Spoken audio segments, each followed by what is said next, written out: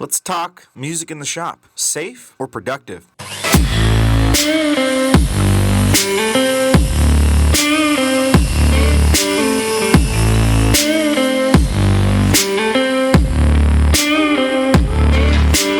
Alright guys, episode 20 is here. I am pumped, really. But, it's just a normal day right now. Today is a Monday. We are back. I'm going to do air quotations. We're back at school. I mean, we're not really back at school, but we're kind of back at school, right? And I'm getting back into my normal groove of things, of getting recorded, all that kind of stuff, a little bit in advance. However, you're going to hear this in just a couple days, so that's pretty exciting. Now, for 20 episodes, I've always wanted to do these kinds of things that I call splits. Oh, you hear that? Sound like a sword or something. I'll put some sort of sound in there. So every time I say split, it'll do something cool. I don't know. We're still working on the kinks on that one. So anyways, that being said, I think one of the biggest things that I've heard throughout teaching, and shop teachers in particular, is how they deal or handle with music in the shop. To give you guys a little aspect on safety, if you're not in the construction industry or whatever, or you should know, if you're in the construction industry, I should say, you should know that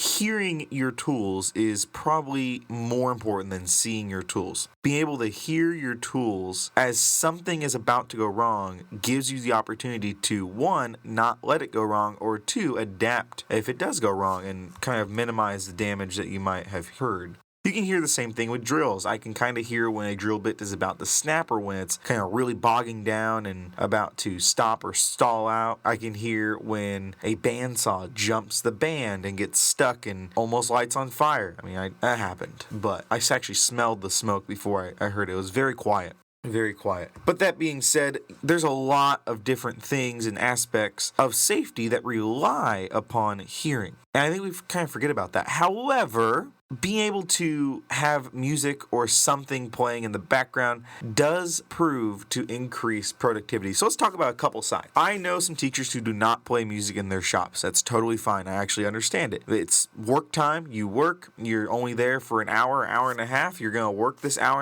and a half. There is no time for music. You need to hear your machine. You need to be one with the machine, especially since you're a beginner. You don't technically know a little bit about your machine. So it's important to be really in tune with it. That goes into some other kind of aspects with it, right? And some questions I have. So, I used to work in retail, and there was a thing, if you've ever been to a store, there's a good chance that music was played inside the store. Now, there is tons and tons of studies on stores and music and what music you play in the store, right? Tons and tons of studies based upon retail and your environment, right? And so, when it comes down to business and retail, the right kind of music or even playing music will benefit your business tremendously. So, a couple ways that is true that they've taught us and I have seen, right? Think about when you go into Starbucks. When you go into Starbucks, you hear the same type of music. It's very relaxing, very calming, right? Creates a really relaxed atmosphere. And that's kind of Starbucks' brand. You can even buy, I don't know if you can buy them anymore, but I remember as a kid, you can go in and buy the CD that is playing, right? You probably can't anymore. I don't know if really CDs are a thing, but you could buy the CD of the music that was playing in the coffee shop, right? However, if you are something like PacSun or some like skater brand, you're probably going to play fast, energetic music that's vibrant and kind of edgy because that's your brand, right? It helps differentiate your brand. Not saying that a shop is a brand, but I will get there. However, if you do own a store, if you're a student who wants to own a store, I would really encourage you to play music. Now, a couple other aspects that they taught us. We know that differentiating and creating your brand, creating the right atmosphere, that sort of thing, right? When it comes down to even music in a store or a space, it helps kind of create a little bit of privacy for people. And some people really enjoy that. Some kids really enjoy that. Now, I know it's scary because you may not want to give kids, leeway to say whatever they want, right? If they don't want to say, anything negative or inappropriate to each other. But it gives them a little bit of privacy and allows them to collaborate. If it's it's dead quiet, kids are not going to really want to talk to each other as much as if there was a little bit of background noise. Because that background noise, they can kind of flow into that background noise, and you might not as notice whatever they're saying, right? So it creates a little bit of privacy and have a little bit more of a, easy talkable space with a light music playing in the background. And that's kind of what we want. We want kids to be able to collaborate. We want kids to be able to, take a collaborative approach to whatever they're building. There's actually been a study on this in terms of private spaces and music in retail stores. The study states that 99% of staff who work in stores without music think that the stores that play music are more modern and appealing places to shop. Absolutely. I have shopped at some stores that do not play any type of music, and it's horrible, right? If you play music on your speakers, if you play music throughout your store, then yeah, we definitely think that you are more appealing, right? In terms of staff, we think it's more modern for sure. A couple things that I use music for is that also kind of, I don't know how I would say it, like psychological. Believe it or not, you can actually set the pace of your students by the music you place. There's been tons of studies that show that speed, rhythm, and volume of music affect the flow of whatever you're doing. It's really evident in retail stores because it affects the flow throughout the store. When music is playing at a low volume, people tend to wander around aisles slowly, right? When the energetic loud songs are playing, people tend to accelerate their pace through the store, right? However, the study does also say a correlation that the pace of customer doesn't appear to affect sales. However, every store is very thoughtfully laid out. If you're going to wander around a store, it is going to bring you to high-priced items, just how the store is laid out. The first items you see are going to be their higher or best-selling items. They're not going to show you the cheap stuff first. That goes with Best Buy or any store, right? When it comes down to shopping, Best Buy, for example, always has their high-end stuff really in the aisle. So there's an aisle you walk down, immediately to the left or right, you will see Apple's, you'll see Microsoft Store, you'll see a Lenovo station, you'll see all these places where big brands are placed. My shop is run kind of the same way. At least I try to. It all runs very methodically, and I really think about traffic too, and not in terms of selling, but in terms of safety. Really make sure there's not any spots where kids can congregate around or way around in case things may happen. So when it comes down to building, or when it comes down to setting up a shop or classroom environment, we need to think about the kind of music we're playing and what vibe we're kind of putting out. I went to go see an art teacher and kind of watch her as she did one of her classes for, it was like for a BITSA thing, but she was fantastic. And one thing that really kind of blew my mind was she did a intro activity where they had a piece of art or some sort of, how should I say, they had like an article or something to kind of read and reflect upon. And during that reflection and reading time, she played very soft, kind of jazz music almost. And what it did was it really set the pace. It allowed kids to go very slowly and kind of think about what they're going to be writing about. Where I wonder if she would have played fast songs or louder music, how that would have affected her outcome. Because she got some pretty great samples out of it. Some kids really did a fantastic job. But how can just changing the music affect that assignment? Be very curious on that. I had a manager told me that during off-peak hours, during retail stores and stuff, during hours where it would kind of dip down in terms of, stores, we have a lot of people come in from 10 to 11 when the store opens. Then it kind of dipped down from 12 all the way to about 3 o'clock, and that picked up to 4 and was pretty steady from there. So from about 12 to 3, he would always play kind of slow music with the idea of hoping customers to just wander around and browse for merchandise longer. The longer they're in the store, the more likely they're going to buy something. So if you are owning a store that is based upon, selling tile or selling granite, that sort of thing, the longer you can keep them in your store, the better it becomes. Because they're more likely to buy something the longer they're in the store. And customers are the worst at this. If they leave and say they'll think about it, they're not going to come back. Very rarely do they really really come back and get what they thought about. They probably are going to go home, ask some people, ask the wife if it's, a married couple. Not going to be, judgmental on that, but I know I have to ask my wife for everything. But that being said, if you keep them in the store long enough, they will buy something. I'm not going to say every time, but they'll buy something. And in fact, if you want to close the store, my manager always played the song Closing Time whenever we closed. It was a very fast song. It also said closing time on it over and over and over again, and it gave the hint to customers that they need to start wrapping up and get through the store because we are closing. Couple other things.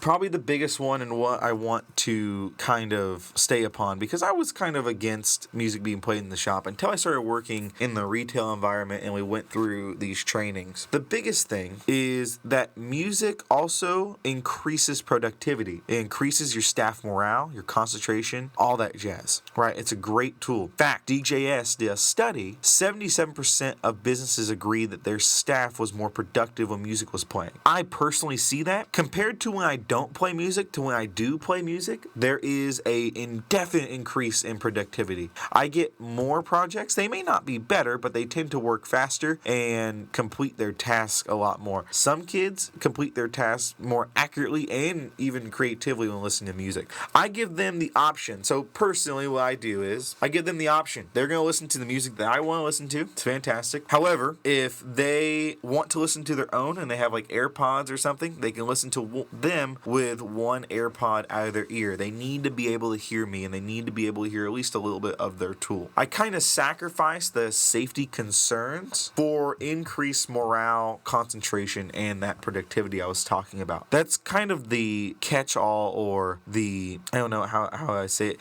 It's kind of the trade back, or the trade that I take when I make that choice. There's been times when I've honestly forgot to play music. There's been times when I haven't forgot to play music. It really just depends on the mood and if I need to boost the class morale a lot. For working on a very tough project, which there are some, we built our birdhouses out of cedar, and it was really rough. Cedar does not take nails very well. I learned pretty quickly that next time I do this, we're going to do like Douglas fir or something dyed to look like cedar, but that's kind of what I figured out. But during that time, kids are getting extremely frustrated. They're breaking boards left and right. So what did I do? Well, I decided that I was going to take the atmosphere of the shop, the mood, and just play a little bit of music, and it'll increase the morale, it'll increase their concentration, it'll increase their productivity. And once I started playing music, I started getting better and better projects. Kids took a little bit more time, they're a lot more productive, and they really focused pretty heavily on their project. Now look, I'm not saying that you need to abandon everything that you ever did or ever want to do. I am saying that this is a very, very split, there you go. It is a very, very kind of difference of opinions that you will see in the shop. You'll see in really any place that relies upon customers or music. Maybe not relies on music, but relies more on customers and even staff. My dad used to play music on every job site he went to. He never worked without music. When I got my first job, I worked at a golf course. Remember my first day, my boss yelled at me because I wasn't listening to music, and how was I going to work better if I didn't have any music to listen to? Well, I never forgot that mistake, and next day I came back with some headphones and I was extremely productive because it allowed me to kind of relax, listen to what I want to listen to. It allowed me to kind of just breathe and focus on the task. It gave me some music to kind of set my pace to, and I just kept my pace throughout the whole day, really. So if you are a shop teacher and you do not let students listen to music, I want to challenge you. One day, maybe during a low stakes project, play some music, see what happens. The next day, don't play music, see what happens. And it's all about the culture you create. If you create a culture that was already built upon no music in the shop and that sort of expectation, then maybe see how it works with your expectations already. See if that will work out just fine. And vice versa. If you play music in the shop, maybe try playing it or try with no music. See what happens. It's really interesting, and I really recommend everyone. If you're just a regular teacher, if you teach science, try playing music. If you don't play music and you're not getting great results upon your studying or test scores, try playing a little bit of music. And vice versa. If you play music all the time and nothing's really happening, okay, we'll try without about music and see if that's maybe the bind, or if that's the shortfall. You never know. Education and learning is so different on every aspect, every person you talk to. So take some time and experiment. It's okay to experiment a little bit. I experiment all the time. But what you shouldn't do is you shouldn't wait, or you shouldn't see if it gets better. If it's not working, try to make those adaptations as quick as possible. So once you find what does work, you can keep that going for a while. There's nothing more that angers at least me as a learner than having one thing constant and then a teacher completely changing it because they didn't like how it was going. Okay, well, you should have did that like 3 months ago when we first started the project instead of just now. You can't just change it right away. I mean, yeah, I've been in the position as a teacher where I've had to change things right away, but I digress. All right, guys, as I close out this podcast, I want to thank you all for listening. 20 episodes has been great. I'm hoping for way more, and I am definitely planning for way more episodes. I want to hear your opinion on music in the shop, classroom, store, whatever. Go follow me on _ChipHappens at Twitter. So @_ChipHappens Twitter. I want to hear, tweet me. I want to hear what music is like. Do you work on a job site, or are you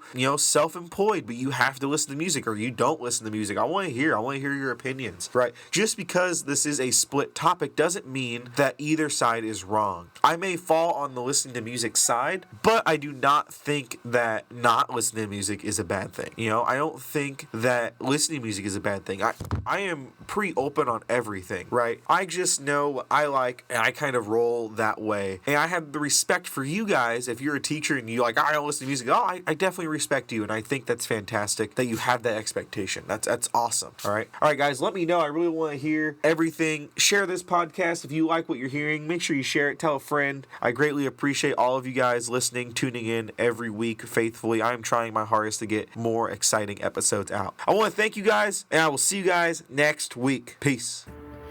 This has been an episode of the Chip Happens podcast. Thank you all for listening, and I will catch you next week with another exciting episode.